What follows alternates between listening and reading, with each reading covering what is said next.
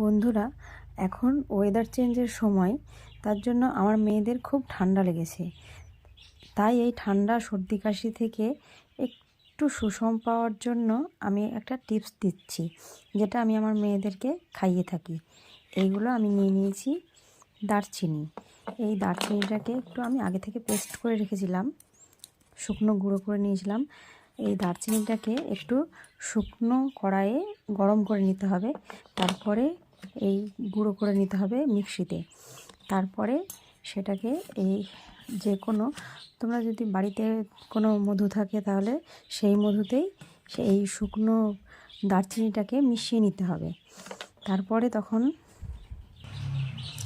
মিশিয়ে নিয়ে এইরকম আসবে। তারপরে চামচে করে 2 বেলা খাওয়ার পর খাওয়াতে হবে। তাহলে দেখবে সর্দি কাশি 2 দিনেই কোথায় চলে যাবে।